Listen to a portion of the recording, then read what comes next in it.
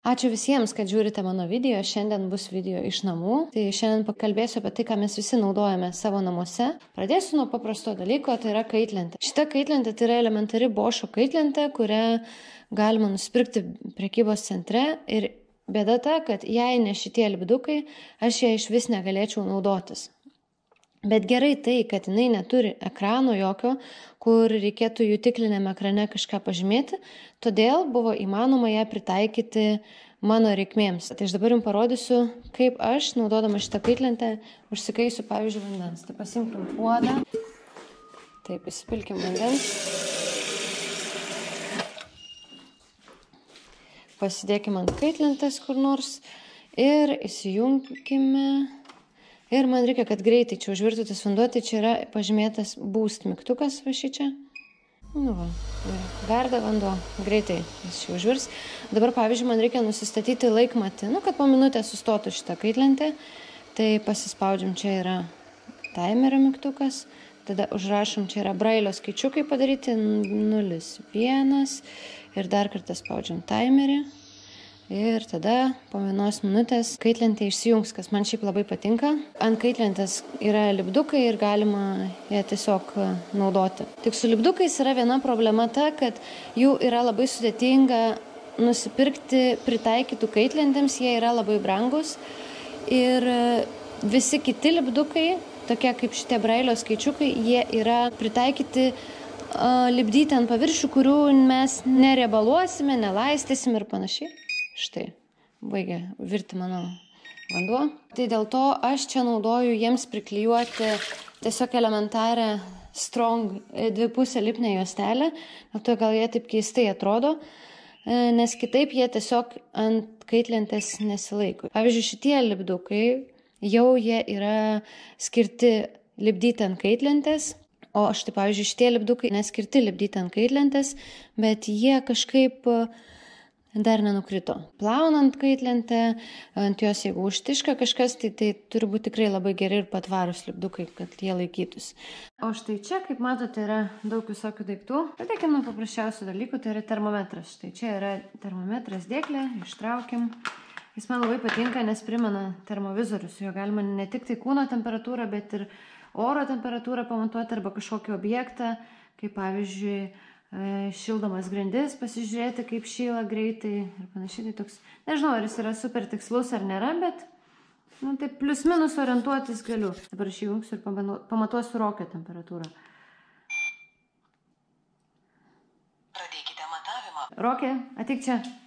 Rokis miegoja, tingėjo. Ateik. Tai geras šuniukas. Geras šuniukas geras. Pamatuokim Rokio šono temperatūrą. Rokė, palauk, pastovėk, geras šuniukas. Išmatuota temperatūra yra 35,7 laipsnių Celsijaus. 35,7 šaltas tu, Rokė. Parodyk, pavyzdžiui, išmatuokim Rokio, pakel galvą. Kaklo temperatūra čia turbūt nesimatys. Išmatuota temperatūra yra 36,3 laipsnių. 36,3, Rokė, kaip žmogus, gali eit miegoti toliau. Čia yra ruletė, tik jį jau kalbės angliškai, aš ją parsisinčiau kažkada dar seniai, kai UK buvo ES narė, dar vis ir buvo galima. Taip. Išmatuokim, pavyzdžiui, kaitlentės ilgį. Ar čia ilgis, tarkim. Tai čia including case yra ir not including case.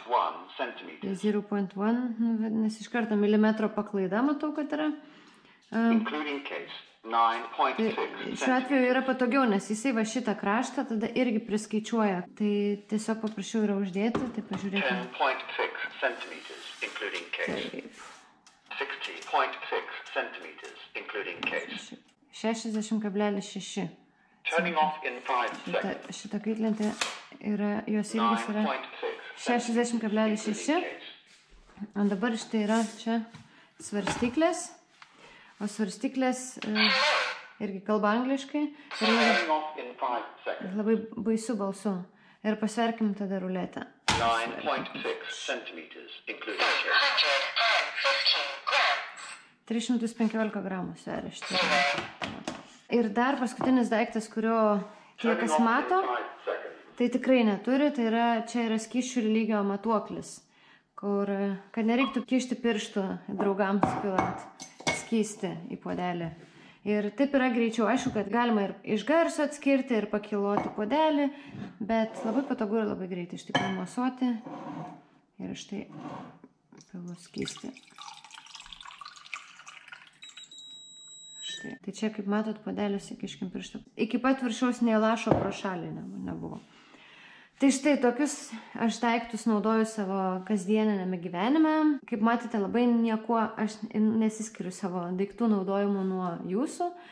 Tik yra šitie, tarkim, daiktai, kuriuos aš čia rodžiu, jie yra visi sukurti neregiams. Esmė ta, kad tie daiktai labai daug kainuoja. Ir, pavyzdžiui, jeigu jūs galite kokį nors Maximą nusipirkti svarstyklės už ten, nežinau, kiek jos kainuoja, 6, gal 10 eurų, tai mano atveju svarstyklių kainos kalbančių prasideda nuo 30 eurų, yra ir už 150, ir už 200, yra tai tokia jau nebeadekvati kaina gaunasi už svarstyklės. Tos kainos labai skiriasi, todėl man labai patinka, kai pavyksta pirkti, kaip aš sakau, atviroje rinkoje esančius daiktus ir už juos nepermokėti, bet galėti pilnaverčiai išnaudoti jų funkcijas. Kągi, šiandien tiek. Ačiū, kad žiūrėjote ir iki kitų kartų.